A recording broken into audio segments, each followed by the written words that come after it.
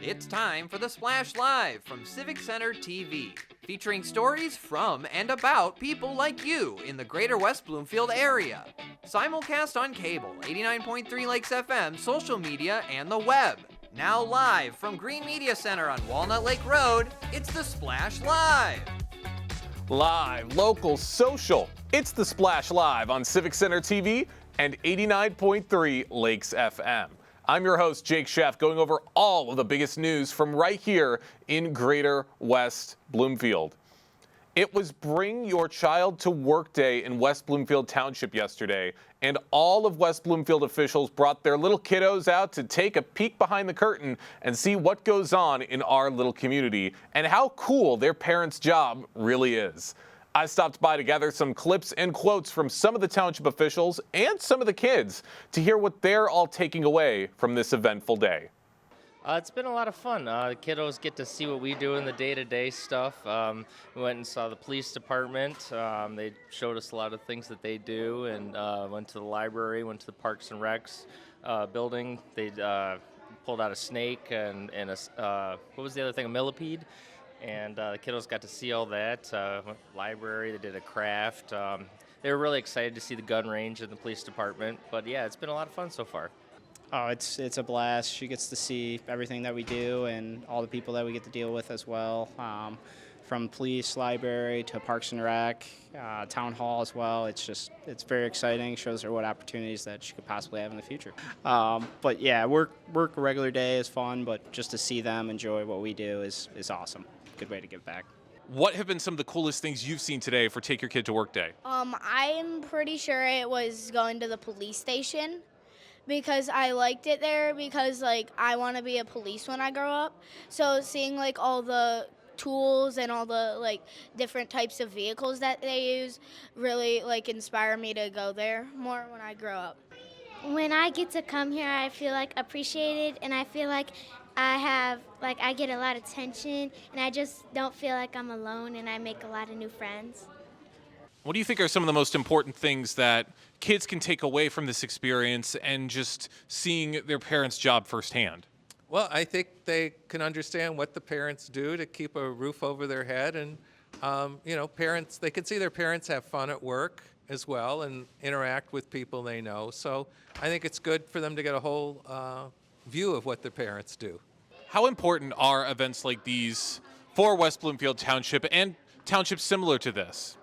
I think they're really important just because I think it's the full transparency of the township to let residents know what we do in day to day is extremely important, and it's one of the things that if a kiddo comes and sees something that they like to do, maybe one day you might have your next township supervisor. I think that's going to be the biggest thing. You end up having kids having a great time, meeting new friends, and just camaraderie within employees and residents. Everywhere you looked, there were smiles on everyone's faces for Bring Your Kid to Work Day. From the police department to the library to West Bloomfield Parks, it was amazing to see. I hope those kids got to see how cool their parents' job really is, and I hope it created a family experience that no one will ever forget.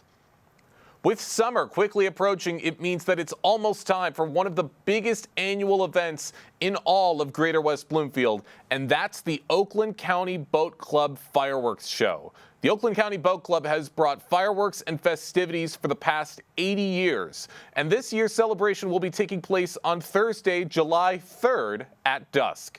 You can currently find a link and a form to donate to the boat club on the Sokigo Facebook page. You can see that form right now if you're watching on Civic Center TV, where you can help make sure this year's event goes off with a bang, literally, and ensure that this staple will continue to bring families together for many years to come. I attended last year's fireworks celebration. It was so much fun.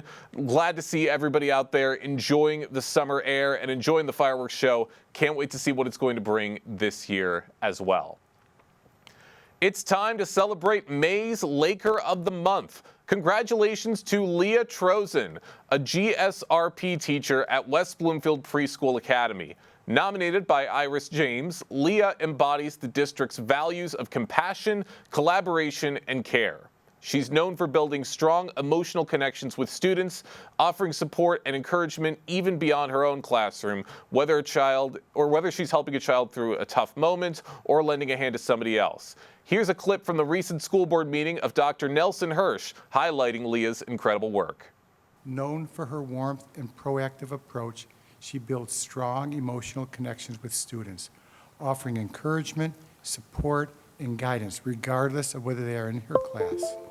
From helping children navigate tough moments to celebrating their growth. Her strong sense of responsibility and teamwork shines daily, whether she's lending a hand in another classroom or just asking, what can I do to help? Thank you.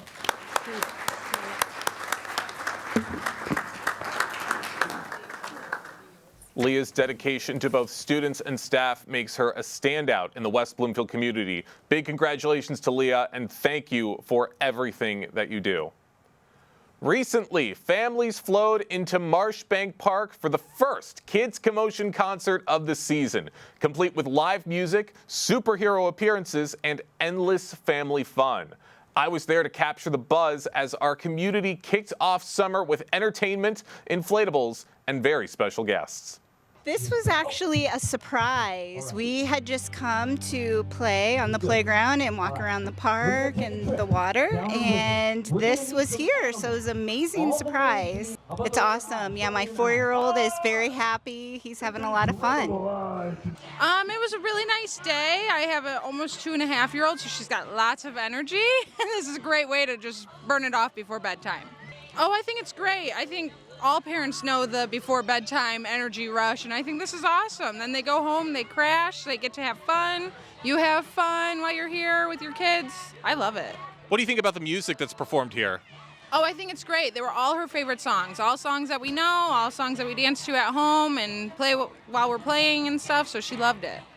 I mean, you're looking everywhere. You're just seeing smiles, you're just seeing positivity and just appreciation for so many things here in Greater West Bloomfield, wouldn't you say? That's the truth. That's the truth. These parks does a great job of entertaining people and bringing in fun for kids and adults. It is so much fun to watch these kids have their little mosh pit up here when they really get going. It's fun. I see lots of smiles, lots of happy kids, lots of parents that look happy. There's even grandparents. I see a lot of families coming together and having fun. How great is it for West Bloomfield Parks to be providing a lot of these opportunities for young families in West Bloomfield? I think it's really great, and I think it's really great to bring awareness to the park, because honestly, before today, I've never been to this park. So we'll definitely come back to play on the park and walk the trails and stuff. It's a beautiful park. Last question. What would you say is just the biggest thing everybody takes away from here once everything is said and done? That it's a good family event for all the children and the residents of West Bloomfield, and they should come out and enjoy it. If you have young kids, they love this stuff. So. Man, what a wonderful way to begin summer at Marshbank Park. Even Superman made an appearance. That's how you know it was so much fun. And remember, the next Kids Commotion concert is set for June 12th. For all the details, visit WB Parks online or follow their social media channels to find out more information. May is prom season, and a very special prom is going to be taking place tonight in Keego Harbor.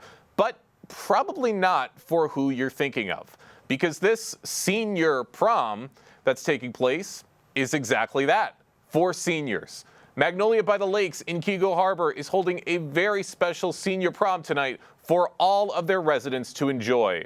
I recently spoke with Dr. Faraday Bagney, the CEO of Magnolia by the Lakes, to hear more.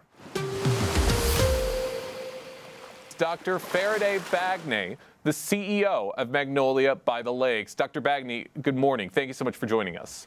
Good morning. It's a pleasure to be here.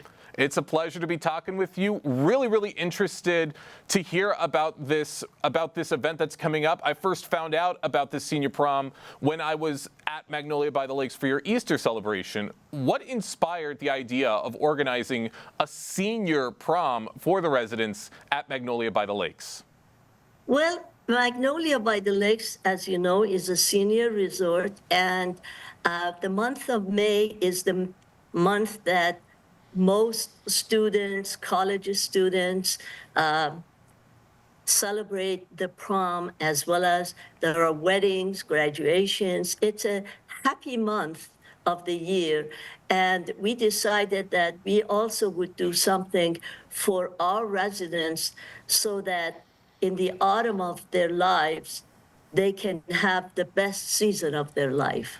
And that was the impetus for establishing, and this is our first one, the Magnolia Prom. And that sounds incredible. That's such a great feeling of positivity to be providing to all the seniors at Magnolia by the Lakes. How have the residents responded to the announcement of the prom? And has it brought up some emotions or memories? They are ecstatic about it. They are dressing up, they are getting their makeup, they're getting their suits ready. It's a big deal. It's the biggest deal that we have at Magnolia, aside from Thanksgiving and Christmas, of course. And they are very excited, and we are very excited for them. I can imagine so. I can't wait to see all the happy faces at this event. And if I'm not mistaken, Dr. Bagney, this event is not just exclusive to the seniors at Magnolia by the Lakes, but it's open to seniors that don't necessarily have to live at the residency. It's open to the entire community. Is that correct? No, not really. We have invited the seniors, their loved ones, and a number of celebrities from the city of Keego Harbor, West Bloomfield, Sylvan Lake, etc., the police department, the fire department, to come and join us and celebrate. Also, the best part about it is that we have an arrangement with a number of high schools who have had their proms, and they will be coming here to escort our seniors during the event. And it's going to be a lot of fun, especially since they have already had their prom, so the ladies can dress up in their prom dresses, and the gentlemen students can actually put on their suits and come and escort the residents. Oh, that sounds great. It's going to be a fun night for everybody. Now, I think you just teased a couple of the things that are going to be taking place at this prom event, but what are some of the special features or themes that might be planned for this event? Because prom usually has a theme for their dance. Well, since Magnolia, we have a number of magnolia trees that are pink. Our theme is white, black, and pink. And so all the decorations, all the flowers are going to be white and pink. We also have the gentlemen and the ladies that are going to escort our residents. They're going to actually go, we have instructed the residents to stay in their townhomes, and the gentleman will go and knock on the door, and they will give them a corsage or a boutonniere, and they will escort them down the hall or down the elevator into the village square where the event is taking place. We have also hired a band named, let me give you the name, Marco Floyd Band from Detroit, that is going to be coming and playing live music for dancing, and the escort seniors and our residents will be dancing. And also our executive chefs, we have 2 executive chefs, have prepared a very beautiful spread of different food. It's just amazing culinary that they have created for them. And it's just going to be a fun night of dancing, of course, drinking, since they are at home here, but not the students, and having fun, just to remind them what it was life like when they were young, and that they can still enjoy the same scenario as seniors. I mean, it sounds like so much fun. Everything you're describing, it sounds adorable, and it sounds so great for these seniors to experience. For those just joining us right now on the Splash Live, we're talking with the CEO of Magnolia by the Lakes in Keego Harbor, Dr. Faraday Bagney, talking about the senior prom that's making its way to Magnolia by the Lakes very soon. Now, Dr. Bagney, what ways do you think that this prom is going to help build a sense of unity and camaraderie among the residents? Well, we do have the concept of family at Magnolia. And at all times, we consider every resident and their loved ones as our family, Magnolia family. And they also consider us as their family. And as an example, my 3 grandsons and one of my granddaughters are attending this event and are going to escort and dance with the residents. So the concept of family is accentuated by the fact that we are bringing their loved ones and my family and the Magnolia staff all together, and they are dancing and celebrating, sitting together, talking, and just remembering what life used to be and talking about it and sharing their memories. I think that brings them a lot closer. I think you're absolutely right. And it already sounds like this prom event is going to be a huge success for Magnolia by the Lakes. Do you see this prom possibly becoming an annual tradition or maybe expanding in any way in the future? Well, we would like to make it an annual event, and we will make it an annual event. At the same time, we would like to expand it for the Father's Day. Right now, our Father's Day event is having a picnic on our Magnolia Park on the coast of Cass Lake, and having boating and grilling and the sort of activities that men would like more than women. But we will expand that in the future, and so that we will perhaps combine this prom closer to Father's Day so that we can have both the male and female residents at Magnolia participate and don't feel that they are left out. That is amazing. Can't wait to see what's to come with this event. Dr. Bagney, I got one more quick question for you before we let you go. What message would you like to share with other senior living communities who might be inspired to do something similar? What I would like to advise the other senior centers, that a senior has a life in 2 ways. One is their mental capacity, and the other is the physical capacity. And we should nurture both mentally and physically every resident that comes to our community, regardless of their status, mental status, physical status. And we do that at Magnolia, and we call it Magnolia Magic. And it's very interesting. We talk to every loved one that brings a parent or a loved one here to stay with us. And we tell them, give us 2 months and you will see a different person. And I would like to suggest that all other senior communities consider the mind of a resident just as important as the physical aspect of that resident, and consider nurturing both the mind and the body. I love that, and let's hope that everyone starts to gain a little bit of that Magnolia magic all throughout the community. Dr. Faraday Bagney, thank you so much for joining us today here on the Splash Live. Thank you. It was a pleasure. Thank you.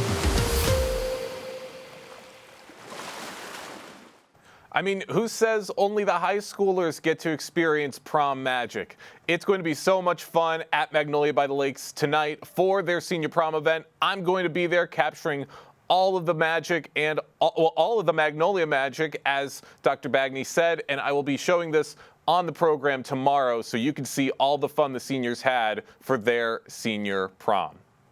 Soul Studio for Michigan is going to be opening on tomorrow, May 22nd from 5 to 7 p.m. at the Friendship Circle's Farber Center in West Bloomfield.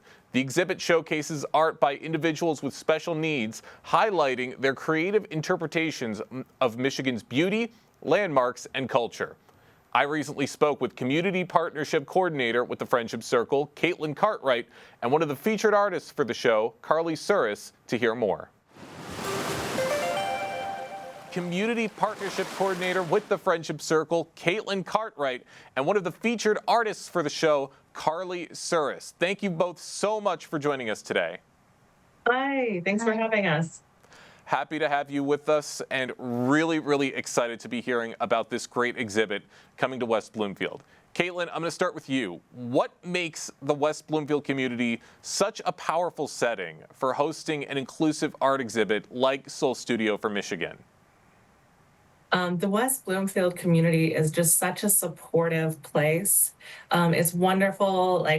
It's wild to me the amount of people locally that come in to the studio or the cafe here, and they know someone or they have a connection and then they bring their friends and family from out of town across the world to come here. And they always talk about what a beautiful highlight it is for them to be in this space with the art studio for adults with special needs doing really gorgeous creative work. That's right, and I've been to Soul Studio many times. I've seen all of the incredible artwork. It's such an amazing thing to see the creativity of this community firsthand. Carly, I want to talk to you for a second. What can you tell us about the Michigan memory or place that's inspired your artwork in this year's show? Well, this is called Patchwork, and I made it with printmaking paper, and then another facilitating artist sewed it together to make a picture. And we were just talking, me and Caitlin, before we got on air, about how it represents the Upper Peninsula, and I totally agree with her, because it kind of reminds me of looking out a window when driving on the Upper Peninsula. Oh, I love that. And the art looks absolutely beautiful. If you're seeing it right now on Civic Center TV, Caitlin is holding it up. It looks absolutely incredible. And that is just one of the pieces you will be taking a look at for this year's art show. Caitlin, how has the community responded to past exhibits? And what do you hope people will take away from this one in particular? The art show openings are such an amazing time for the community to come out and check out what's going on. It's kind of the culmination of a lot of really hard work our artists have put in. We prepare months in advance. All the artists are working hard to create a piece of work that's meaningful to them, that's in line with the theme of the show. So they're working hard. It's a time for celebration. We have so many of our artists and their families come in. We have staff come in, and it's kind of like seeing peak Soul Studio. All the magic kind of comes together, and it's really just a happy celebration. And you see gorgeous art and get to talk to the artists about their inspiration. All the magic comes together. I love that. That absolutely encapsulates everything you see at Soul Studio. Carly, what do you enjoy most about being a part of Soul Studio, and how has it helped you to grow as an artist? Good question. It's a hard question to answer. But the thing I enjoy most about Soul Studio is, like Caitlin said, the connections that we all make, and the ability to create through our past experiences. And that's what I take away from the Soul Studio, is the ability to connect with my past experiences through art and it's really just a healing experience, and I really enjoy it here. Well, that's amazing to hear, and that's amazing to hear of everything that you've gained from Soul Studio. For those just joining us right now on the Splash Live, we have Caitlin Cartwright with the Friendship Circle, and we have one of their featured artists, Carly Suris, for the upcoming Soul Studio for Michigan Art Gallery that's going to be taking place on May 22nd from 5 to 7 at the Friendship Circle's Farber Center in West Bloomfield. Caitlin, how does Soul Studio help foster connection and understanding between artists with special needs and the greater West Bloomfield public? Good question. I think for me, the special needs community, I think, it can be not seen in its full beauty sometimes, in its full like richness and capacity and talent. And so staff here, I'm so excited just to be working every day with amazing artists like Carly, and to see her creative juices flowing, get to know her as a person, and in all of her kindness and her volunteer work and her mentorship with others. It's such a beautiful thing to see. So when people come to see the art show, like that's what they're seeing. They're seeing a more full, holistic picture of the special needs community and all of the amazing things that are possible.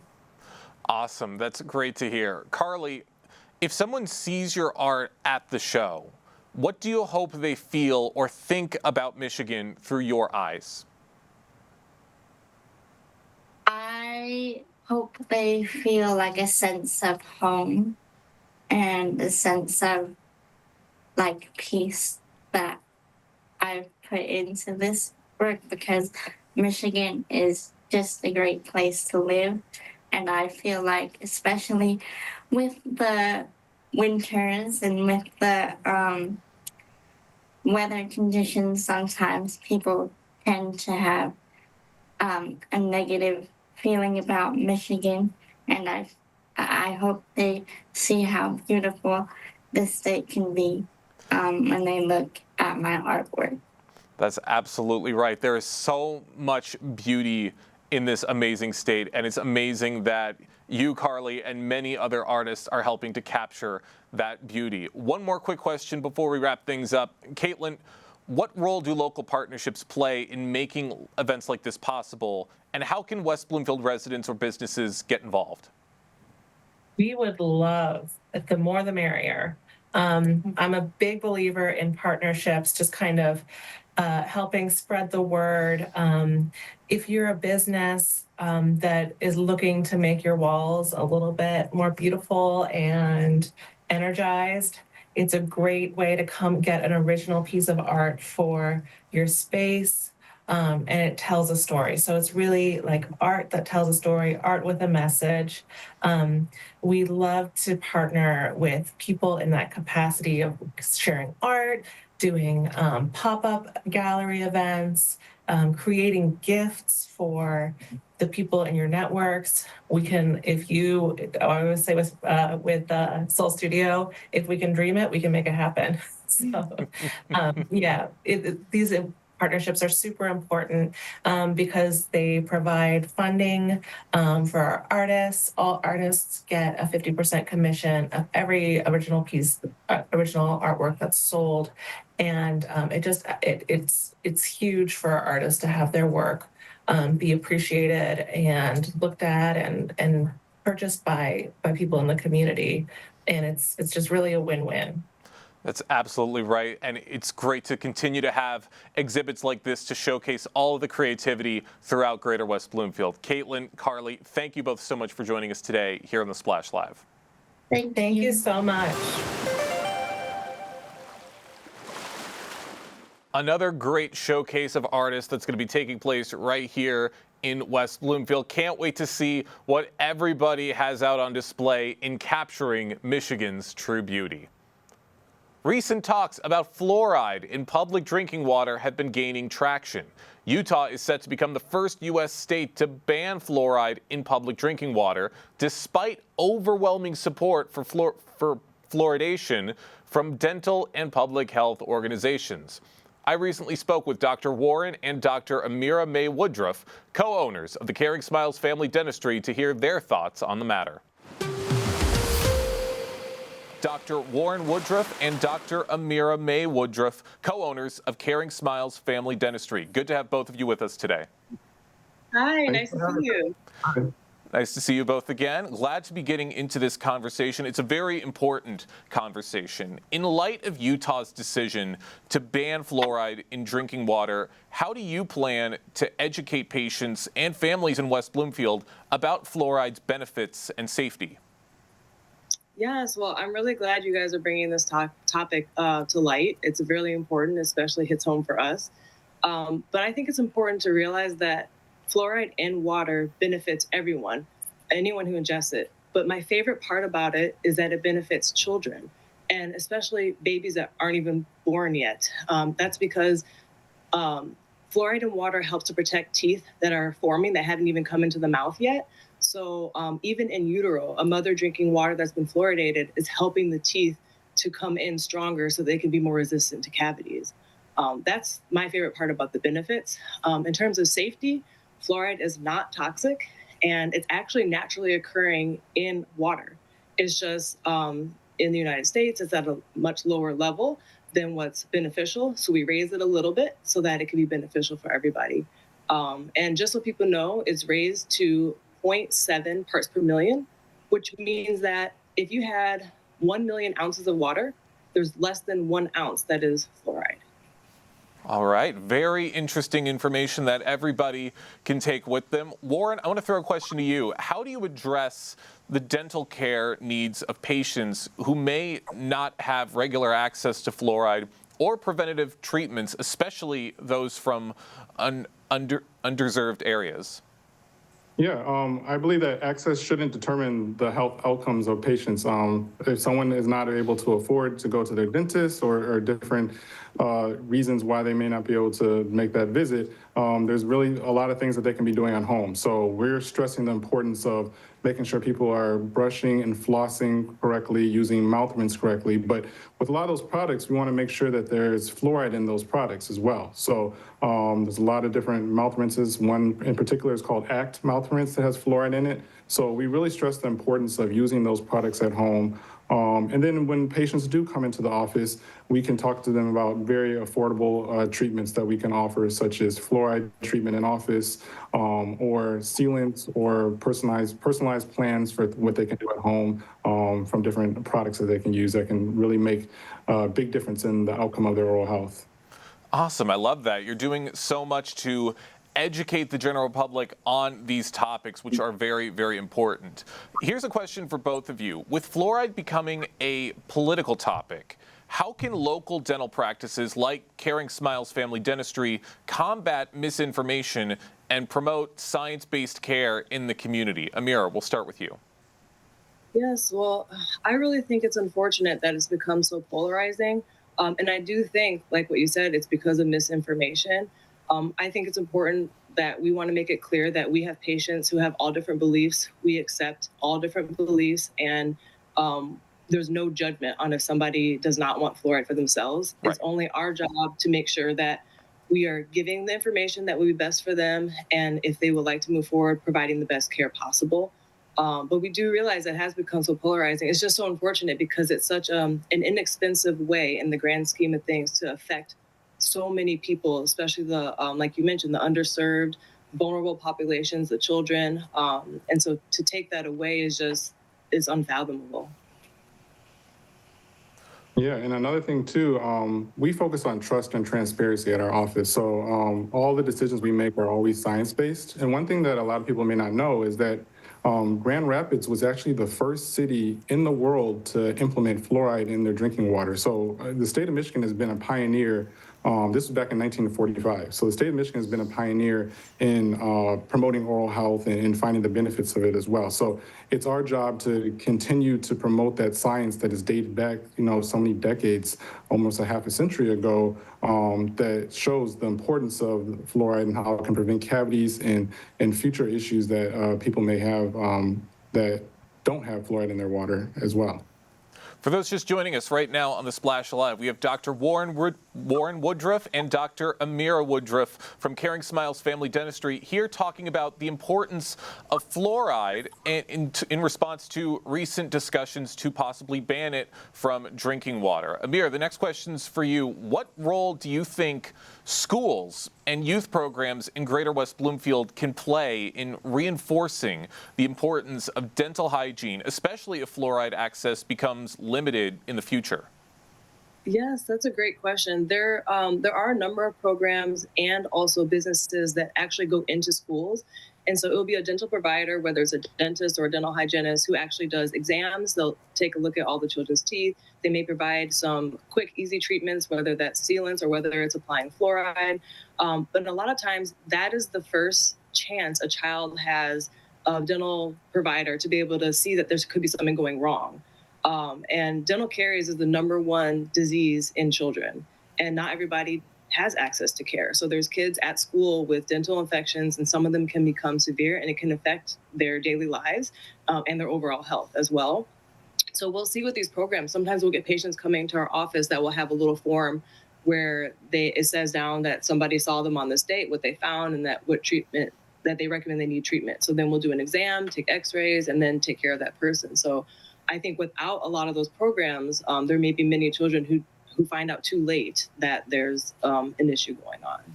That's right. Those programs, very, very important. And like I've been saying, it's good that you're looking out for the kids. Warren, if fluoride access were ever limited locally, what alternative preventative strategies would you recommend to West Bloomfield families to help protect their children's teeth?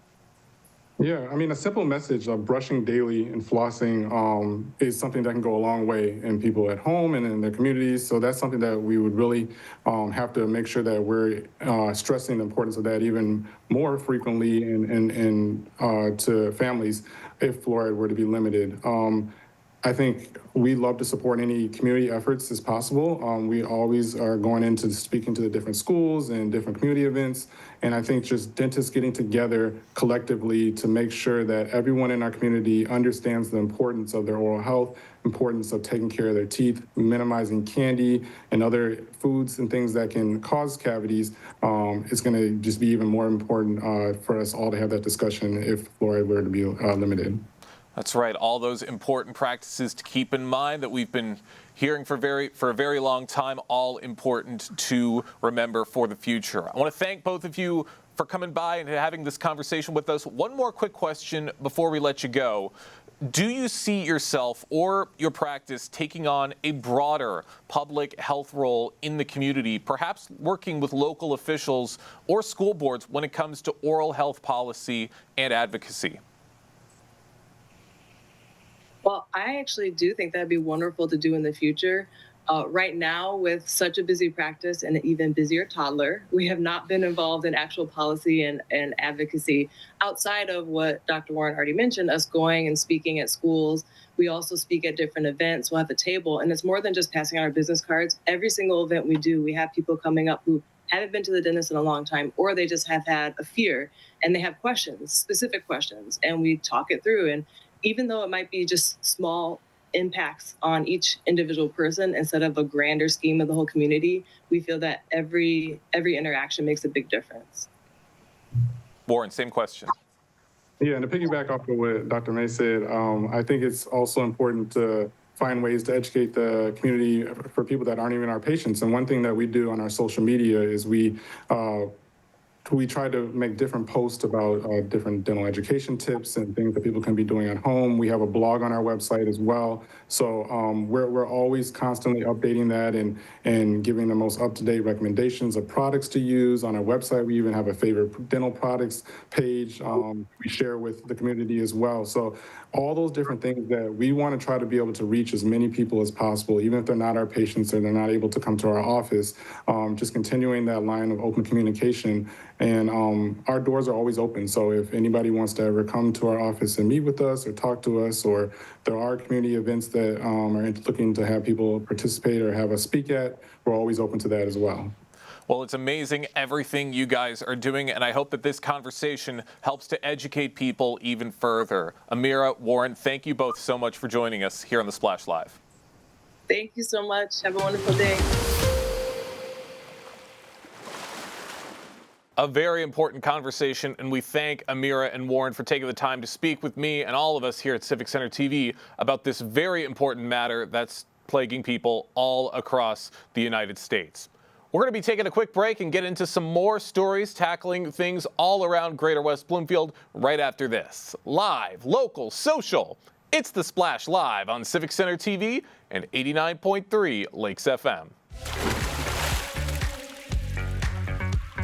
We'll be right back with The Splash Live. Missed one of our live broadcasts or one of your local municipal meetings? Check it out online at civiccentertv.com. Every meeting, show, and interview on demand. Thank you for watching and listening to Civic Center TV and 89.3 Lakes FM. I'm Gina Gregory, president of the Greater West Bloomfield Historical Society. I'm excited that Civic Center TV has reached 1 million views on YouTube. Congratulations. That's just terrific. We appreciate everything Civic Center does for the Greater West Bloomfield Historical Society and the community. For us, they promote and highlight our events. It's awesome to have them available 24/7 on YouTube. I'm Gina Gregory and proud to be one in a million. Want to enjoy Civic Center TV on your social media? Find us on Instagram at Civic Center TV. Get notified when we upload one of our interviews, full episodes, and more. Thank you for watching and listening to Civic Center TV and 89.3 Lakes FM. And now, back to The Splash, live. Live, local, social. It's The Splash Live on Civic Center TV and 89.3 Lakes FM. I'm your host, Jake Sheff, going over all of the biggest news and events from right here in Greater West Bloomfield. Oakland University has officially made standardized test scores for the SAT or the ACT optional for first-year students starting in winter of next year, 2026, following a temporary policy that began back in fall of 2020. The decision aims to increase access to higher education, particularly for students from underrepresented, first-generation, and lower-income backgrounds. Kevin McIntosh from our team recently spoke with Oakland's Director of Admissions, Shane Lewis, to learn all about it. Director of Admissions for Oakland University, Shane Lewis. Thank you for being here, Mr. Lewis. Of course. Thank you for having me on. Now, I remember a time way back when I was going from high school to college in 2007 BC, before Corona, where we had to take these tests. But now it's a little bit different. Can you just talk about what factors influenced Oakland University's decision to make the test optional policy permanent? Of course. Well, as you mentioned, we have been operating on a temporary test optional basis really since the fall of 2020 in light of the COVID pandemic. So at that time, you may recall, standardized testing just was not available. So we thought, okay, we need to support students. How can we do that in the short term? Let's make tests optional because they can't get back to test or to retest. Now, shortly after, we know the pandemic didn't end right away. So we decided at that time, let's extend this because we don't really know what the future holds. We'll extend it to fall 2025.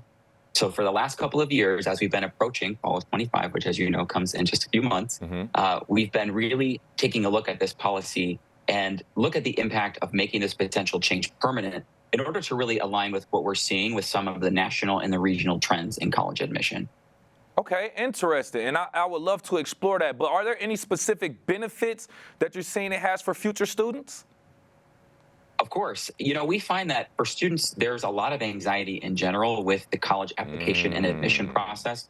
So one of the things we've been doing here at Oakland to try to dispel some myths, break down barriers through that process is first and foremost by pursuing permanent test optional admission. One of the other things we did is this last year we joined the Michigan Assured Admission Pact, otherwise known as MAP, which is basically a consortium of 11 of us public institutions here in Michigan, 11 of the 15, who are essentially assuring to students that if you have a 3.0, we will assure you admission to one of our institutions because, again, there's a lot of anxiety and apprehension about the college application process. And what we're trying to do is to help more students, especially students who might be the first in their families to ever go to school, to see that college really is attainable for them, that they can achieve this. And so, again, test optional admission is one of the ways that we can do that to break down some of the fear, the anxiety over this process and say, look, we know national trends show, and actually Oakland data also shows that high school grades are a much better predictor of whether you're going to be successful in college. That's why all of us have admission standards at all. We want to make sure that when students get to us, that they're going to be successful.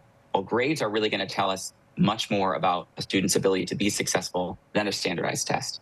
And so that's what we realized. Our faculty and staff agreed, and that's how we got here to this permanent change. Interesting. You talked about trends and different things that you've noticed in regards to the grades and how it translates from high school to college. What about any key trends or successes you may have observed in applications and enrollments at Oakland University?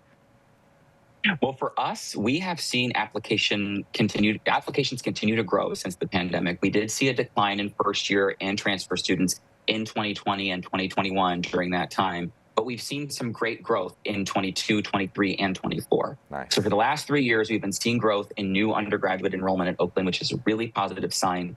Again, if we hope to meet the governor's goal of getting 60% degree attainment across the entire state of Michigan by the year 2030, we have some work to do. And so our hope is that we're going to continue to encourage more of these students to earn a college degree. We know, again, national research shows that students who complete a bachelor's degree, they're more likely to have higher lifelong earnings, to live longer, to just be healthier and live more healthy lives. And so why wouldn't we want more students to participate in higher education and earn those degrees so that they can make their best step forward towards the future that they're dreaming of? Right. It would make sense, ultimately. Yeah, I get that, now that you put it in perspective. And with us right here live on The Splash, Director of Admissions from Oakland University, Mr. Shane Lewis, talking about Oakland University officially making standardized test scores optional for first-year students starting in the winter 2026.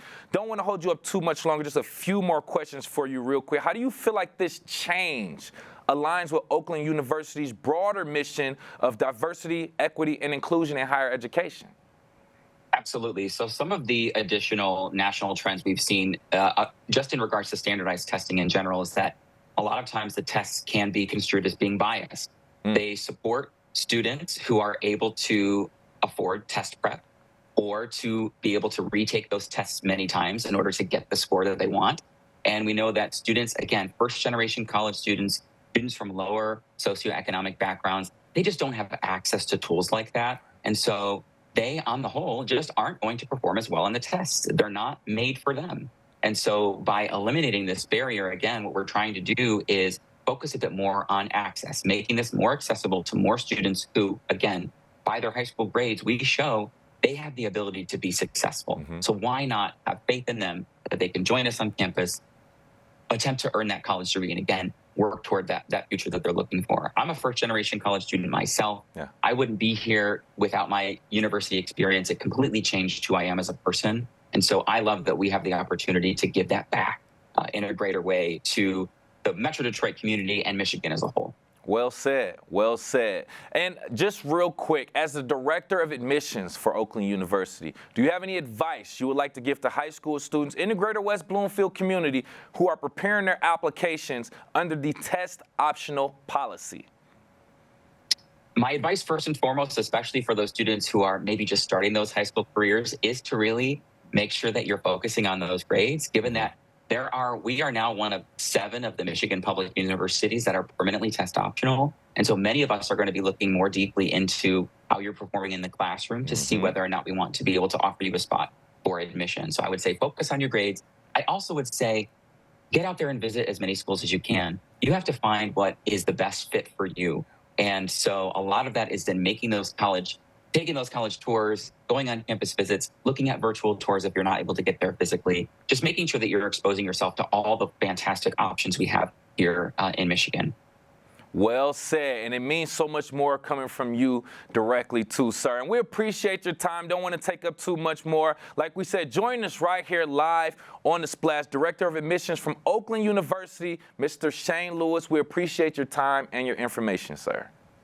Thank you so much for having me.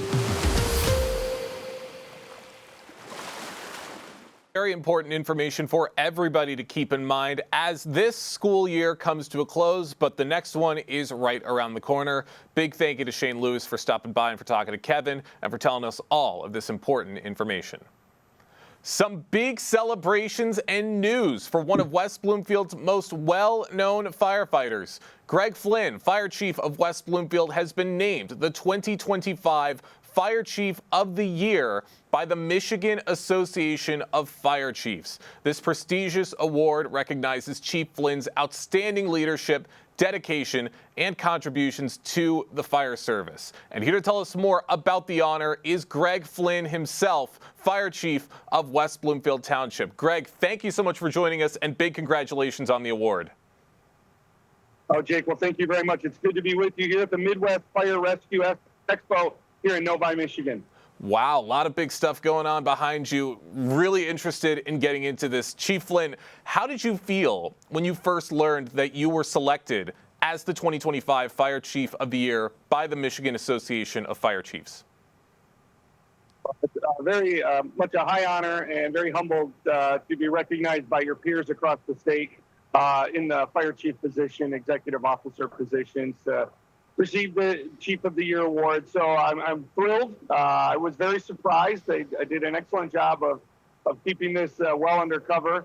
And it really is. It's a very high point in my professional career. And, you know, Jake, I think it's really important to realize that when an award like this is given to a fire chief or a police chief or one of our department heads in the township, it's a reflection on West Bloomfield Township. It's a reflection on the community that puts their support specifically here behind the fire department and the team at the WBFD, the leadership team that goes out every single day, the boots on the ground that are the real success stories in the community of West Bloomfield, Ego, Sylvan, and Orchard. It really is an honor to serve as the fire chief in those four communities, and even a larger honor to work with the men and women of the WBFD.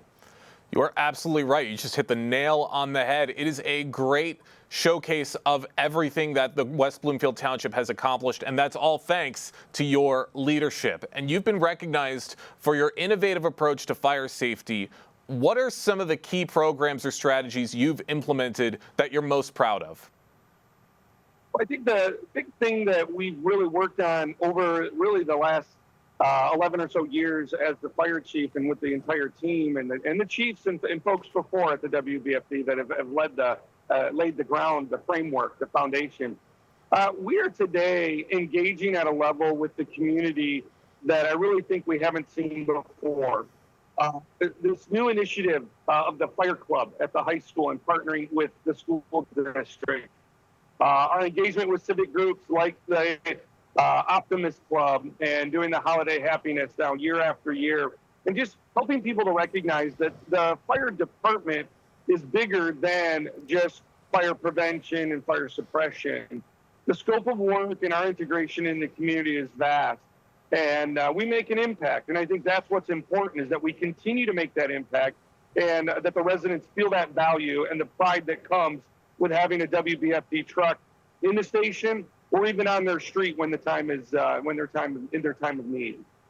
Such great programs that are making a huge impact all throughout Greater West Bloomfield, and all have played such a big role in getting you this Fire Chief of the Year award. But that's not the only award you've recently taken home, because recently you and your fire station received a major honor at the recent Michigan Week celebrations as well, winning the Dr. Seymour Gretschko Youth Advocate Award. How has that feeling felt on top of winning this award?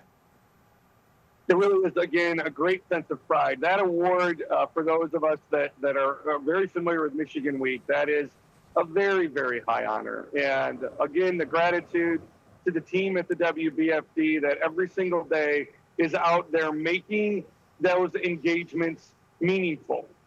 Opening our doors and saying, what does a career look like in the fire service? And come on in and take a tour. And that's for anybody that's exploring that. Or if you have a question, how can we help connect you? If the WBFD isn't the right place, how can we help connect you with where we think that you would be a good fit and would be a good fit for you? So this change in attitude and approach to community service through public safety, I think really we are firing on all cylinders at the WBFD. The township elected officials are behind us. The community's behind us. The team that's doing it feels the momentum. And it really is a great day to be part of the West Bloomfield Township Fire Department. I'd imagine so, and you're certainly right. Everyone in the West Bloomfield community is behind you, Greg. For those just joining us right now on the Splash Live, I'm speaking with West Bloomfield Fire Chief Greg Flynn on his recent award for Fire Chief of the Year at the 2025 Michigan Association of Fire Chiefs. Now, Greg, how would you say that your training has influenced the way you manage your department and respond to community needs? Because that's played a big role in getting you this award.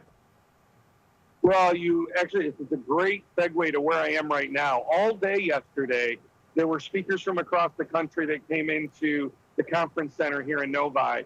And that's exactly what we were doing, is engaging with colleagues across the Great Mitten States, but also with colleagues from across the country that are coming in, sharing best practices, sharing innovative ideas that we can use right here in Michigan, but also this collaboration piece, how we can work together. And that's the type of training, education, professional development, Jake, that's going to produce results for West Bloomfield. You know, behind me here, all of the equipment, the state-of-the-art in apparatus, in patient care, in fire suppression, in protection, personal protection equipment for our firefighters. It's here, and it's here with an engaged group of professionals and our volunteers that protect the communities that we live in and the communities that we visit through the summer or through the winter as we travel around the great state of Michigan. So that's how the training has really shaped this. The relationship is where I guess I would leave the response to this question, is the relationships that have been forged over my time with the MAFC and within the fire service have really created these outcomes. And I think really set me up for the opportunity, and I'm very humbled to receive this award and continue to collaborate at a local, regional, state, and federal level for the community of West Bloomfield and communities all across Michigan. Well said, Greg, and you're absolutely right. Those relationships are very important. And speaking of relationships, obviously you couldn't have gotten there alone. You've credited much of your success to teamwork. What role has your team played in achieving this milestone? Boy, the gratitude that I have for them and the pride that I take in hearing people talk about, let's look at how West Bloomfield's doing that. That is not the fire chief. That is the team of people that, again, make the day-to-day operations happen. And that's everything from our office staff and our folks at Town Hall, making sure that benefits are there for our employees and the pay is there, to our training programs, to our different initiatives for engagement, our fire prevention, our investigating. All of it, Jake, plays into that. And when we empower our people and create a culture that is supportive of giving them space to be successful, be innovative in their own way, this is the synergy and the energy that comes from being part of the WBFD. And that's really what I hope the legacy is, a legacy that will live on, is that you come to the WBFD for a love of service. There's teamwork there, and also the professional pride that comes with being a firefighter, paramedic. And what a great place, West Bloomfield Township, to come and do that for a career, and all the opportunities that will open up for firefighters even well after I'm gone. I love hearing that, Greg, and you should be very, very proud of all of your success. I got one more quick question for you before we wrap things up. Now that you've received this prestigious recognition, what's next for you as a leader and public servant here in West Bloomfield? To continue to connect and mentor with the future of the fire service. You know, and I couple that with to continue to professionally develop myself. There's so much to still learn with how we manage people.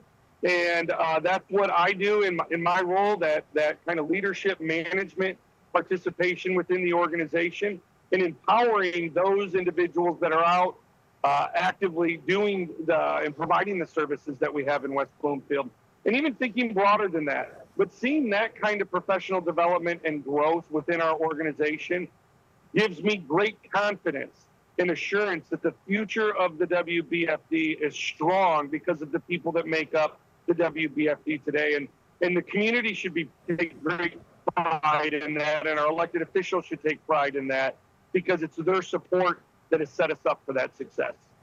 And you can see that success everywhere you look, all throughout Greater West Bloomfield. Greg, thank you so much once again for joining us here on the Splash Live. And once again, congratulations on all of your work. Thank you. Really, really excited to be hearing about Greg Flynn's recent success, and very happy for everything that he has done for the West Bloomfield community. But that is going to do it for us today here on the Splash Live. I've been your host, Jake Schaff. Big thank you to all of our guests and for everybody on this team making this great show what it is.